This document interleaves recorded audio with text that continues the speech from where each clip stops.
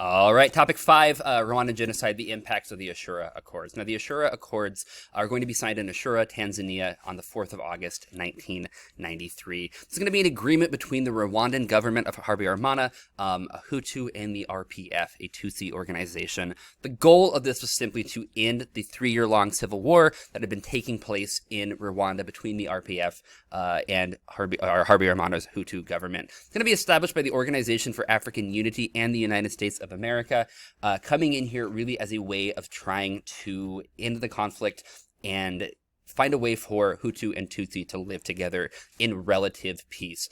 These agreements are going to establish a provisional form of government, allow the RPF to again partake in government, something that had previously been banned, and kind of bring the two together. Now, it's important to understand when you're talking about the Ashura Accords is a lot of individuals were not really happy with this.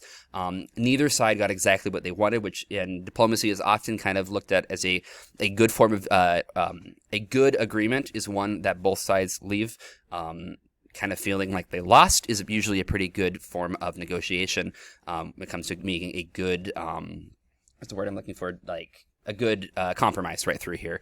Hutu power movement particularly was very upset by this, did not like that the RPF was gaining some political authority here, kind of viewed it as a way of them using force and violence to now come to power, which is something they do not want to be having, something they do not like in the slightest. Again, we talk about some of the reasons for the presidential assassination of the plane crash.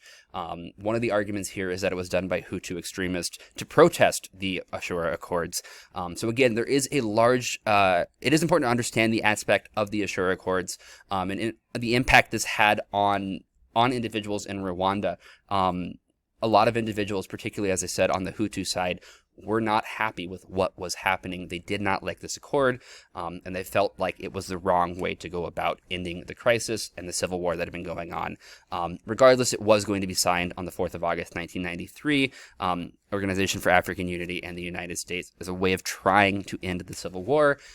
Whether or not it was successful, you could honestly kind of debate either way. You could make the argument that it kind of led to the genocide. We might not have had the genocide if not for this. You could also make the argument that it might have had a lot more bloodshed if it was not for signing the Ashura Accords in the first place. That's really going to be up to you when it comes to looking at the evidence, coming to a clear conclusion on your own. If you have any comments or questions, please put them down below. Let me know. Otherwise, I'll see you later. As always, good luck.